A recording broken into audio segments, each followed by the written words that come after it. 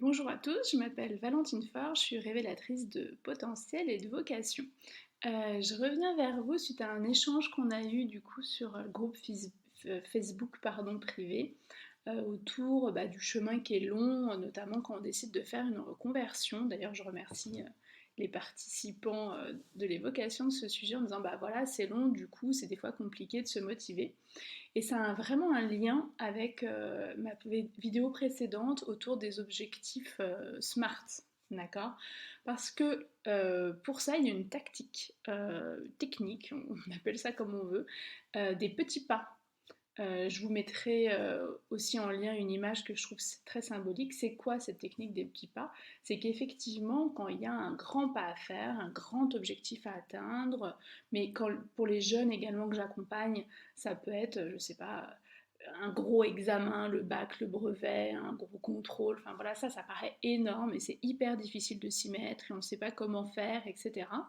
Bah, plutôt que de faire ce grand pas ou de viser ce grand pas du premier coup, parce que c'est pas facile de le faire, on va diviser cet objectif en sous-objectifs ou en sous-tâches, d'accord? Ou en objectifs, tâches, sous-tâches, hein, on peut découper, découper, découper, pour que ce soit beaucoup plus facile, beaucoup plus évident de faire ce petit pas. Bah oui, si on a une reconversion à faire, il y a plein de choses à faire avant de pouvoir enfin pratiquer ce nouveau métier. Eh bien, découpons tout ce chemin, et c'est un peu ce qu'on fait aussi en fin de bilan de compétences, hein, quand on détermine le plan, en plein de petits pas. Et on prend pas par pas. Et c'est beaucoup plus facile à ce moment-là de se mettre en mouvement. Quand on a le bac, le brevet, un gros contrôle ou un gros examen à réviser, plutôt que de dire waouh, j'ai ce truc énorme qui me tombe dessus, et bah prenons chapitre par chapitre, cours par cours, fiche par fiche. C'est beaucoup plus simple. C'est beaucoup plus facile de se mettre en mouvement et d'y aller petit pas par petit pas. C'est également une super technique pour lutter contre la procrastination. Découpons nos objectifs, nos tâches en sous-tâches, sous-sous-tâches, sous-sous-sous-tâches, comme vous voulez.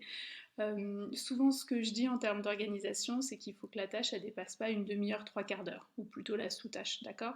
Donc découper tout ça, tout ce chemin, tout ce projet, cet énorme objectif en sous-tâche d'une demi-heure, trois quarts d'heure, et vous verrez que ce sera beaucoup plus facile, beaucoup plus fluide de se mettre en mouvement. Voilà, j'espère que ce conseil vous aura aidé. Si vous avez besoin de plus d'informations, n'hésitez pas à me contacter. À très vite, au revoir.